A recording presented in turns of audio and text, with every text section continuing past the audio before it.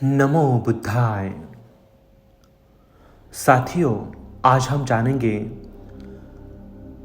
महामोगलान मुनि जी के परिनिर्वाण और उनके पिछले कर्मों का विपाक।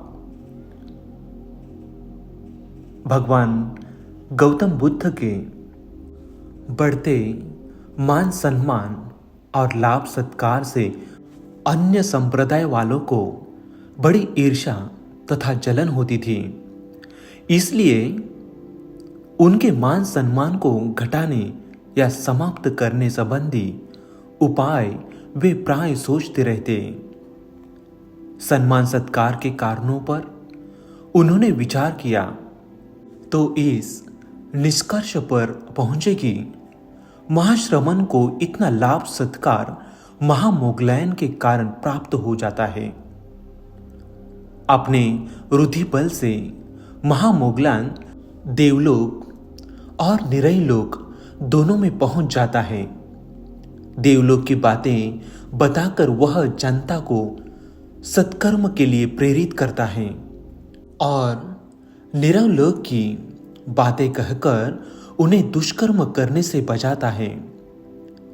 महामोगलान के इस कार्य से लोगों में गौतम बुद्ध की ख्याति दिनों दिन बढ़ती जाती रहती है और इसलिए हम लोगों का लाभ सत्कार कम होता जा रहा है।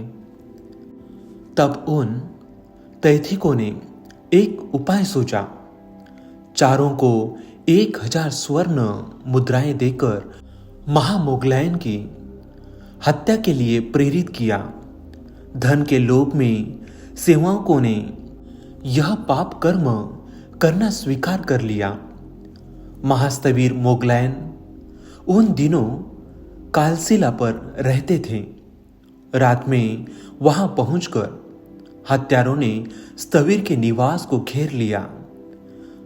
अपने को घिरा जानकर रुधिबल से वे पारंगत महामोगलायन दरवाजे के चाबी छिद्र से कुटी के बाहर निकल गए। दूसरे दिन चारों ने फिर आ घेरा।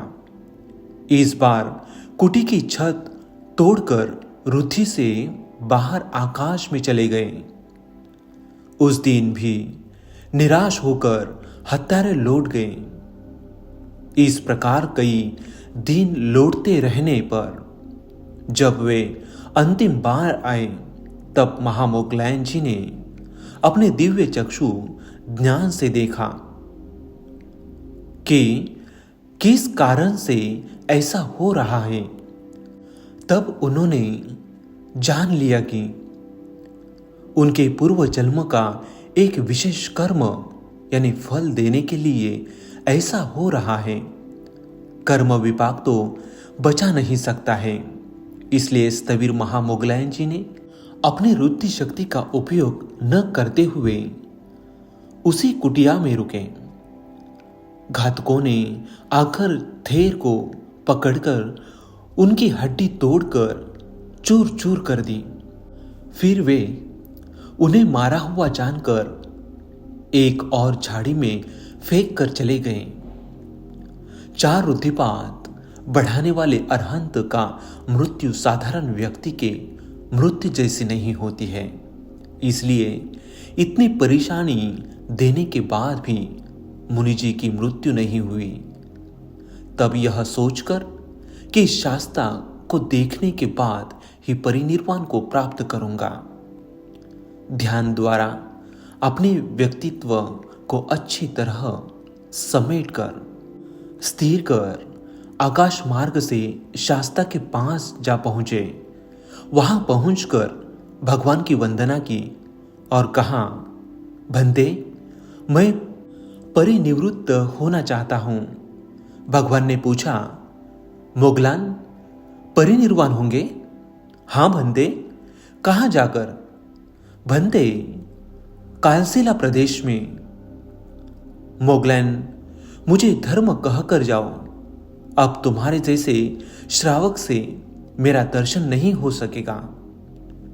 ऐसा ही करूंगा बंदे। महामोगलायन ने कहा कि आयुष्मान, महामोगलैन ने अपना वचन निभाया और बहुत रुद्धि चमत्कार प्रदर्शन करके भगवान को अभिवादन कर कालशिला प्रदेश में जाकर परिनिर्वाण लाभ किया। भिक्षुओं ने धर्म सभा में यह बात चलाई कि महामोगलैन थेर ने अपने अनुरूप मरण प्राप्त नहीं किया। उन्होंने भगवान से भी कहा, भंते, आयुष्मान महामोगलैन की उनके अनुरूप मृत्यु नहीं हुई।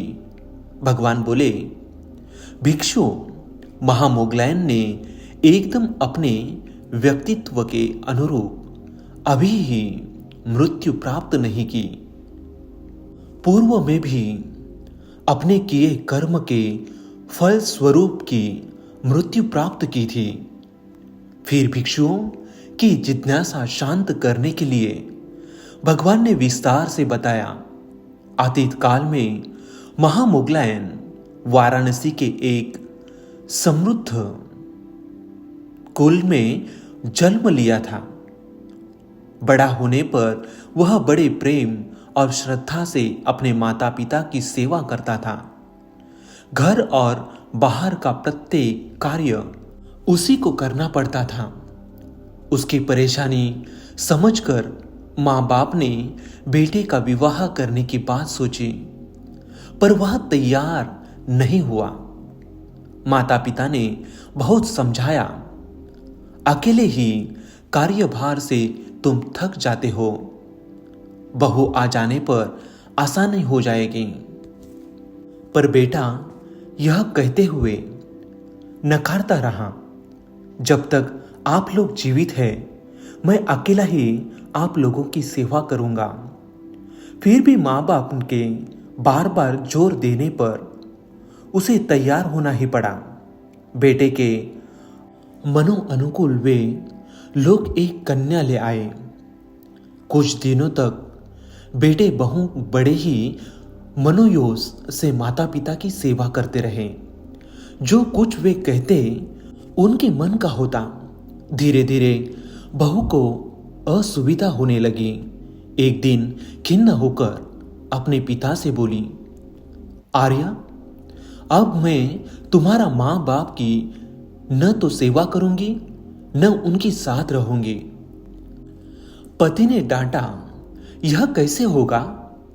तुम्हें साथ रहना होगा और सेवा भी करनी होगी। इसी शर्त पर तुमसे ब्याह हुआ है। पत्नी शांत हो गई। कुछ दिन इसी प्रकार बीते। अंत में उसने एक उपाय सोचा। पति के बाहर से आने पर वह माता पिता के मनगढ़ंत दोष और उनसे होने वाली परेशानियों दूसरे तीसरे दिन बताने लगे। पत्नी के झूठ आरोपों का असर पति पर दिखने लगा। अब एक दिन घर में उसने झूठा मलमूत्र बिखेर दिया। बाहर से आने पर झूठन देखकर पति ने पूछा, यह सब क्या है? तुम्हारे बूढ़े और अंधे माँ बाप का कर्तव्य। बहुत दिनों से वे लोग ऐसा कर रहे हैं।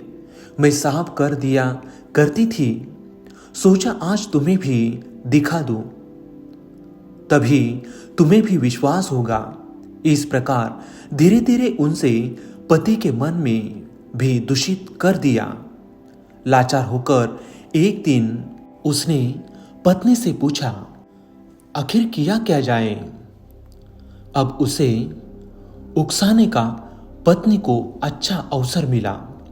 उसके द्वारा सुझाए गए उपाय के अनुसार बेटे ने माता पिता को अच्छी तरह खिला पिलाकर कहा, आपके रिश्तेदार आप लोगों से मिलने के लिए एक जगह प्रतीक्षा कर रहे हैं। अभी आप लोगों को वहां ले चलूंगा। ऐसा कहकर उन्हें बैलगाड़ी पर बैठाकर जंगल की ओर चल पड़े। जंगल के बीच पहुंचकर चोरों का बहाना बनाकर अपनी गाड़ी से उतर गया और पिता को बैलों की डोरी थमा दी।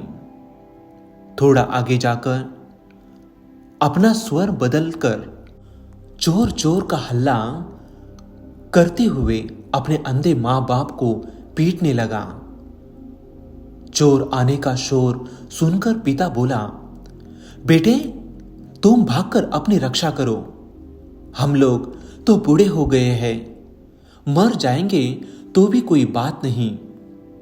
माता पिता के ऐसे भाव की अवहेलना करते हुए पत्नी के वशीभूत बेटे ने उन्हें बुरे तरह कूट पीट कर जंगल में फेंक दिया। इस कर्म के फल स्वरूप महामोगलायन लंबे समय तक नरक में तपता रहा।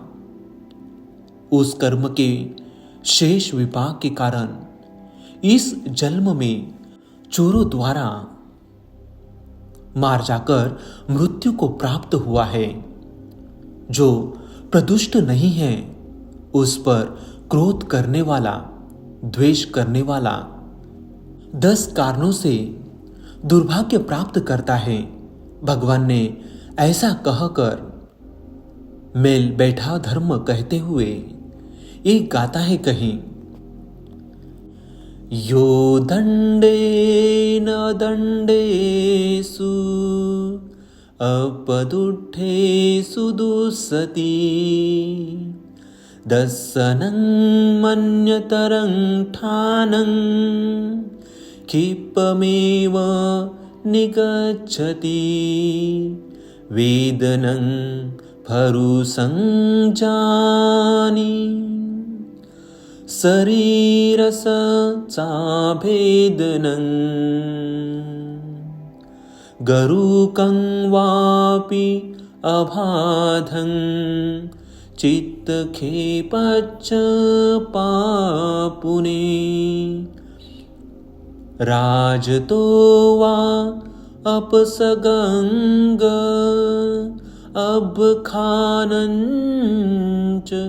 दारुणं परीक्षयं न च ज्ञातिनं भोगानञ्च पभङ्गुरं अथ वास अगारानि अग्नि दहति पावको कायस्य भेदादुपनन्यो निरयं सोपपज्जति। अर्थात जो दंड रहितों यानी क्षीणांचों को दंड देता है या निर्दोषों के सिर पर दोष मढ़ाता है, उसे इन 10 बातों में से कोई एक बात शीघ्र ही होती है। तीव्र वेदना, हानि, अंगभंग, बड़ा रोग, चित्त विक्षेप, राजदंड, कड़ी निंदा, संबंधियों का विनाश, भोगों का क्षय अथवा उसके घर को आग जला डालती है। शरीर छूटने पर वह दुष्प्रज्ञ नरक के उत्पन्न हो जाता है। धम्मपद 137 और 140। मोक्ष को साक्षात कर परिनिर्वाण को पाए उन हमारे अरहंत महामोगलायन मुनि जी को कोटि कोटि प्रणाम हो। नमो बुद्धाय।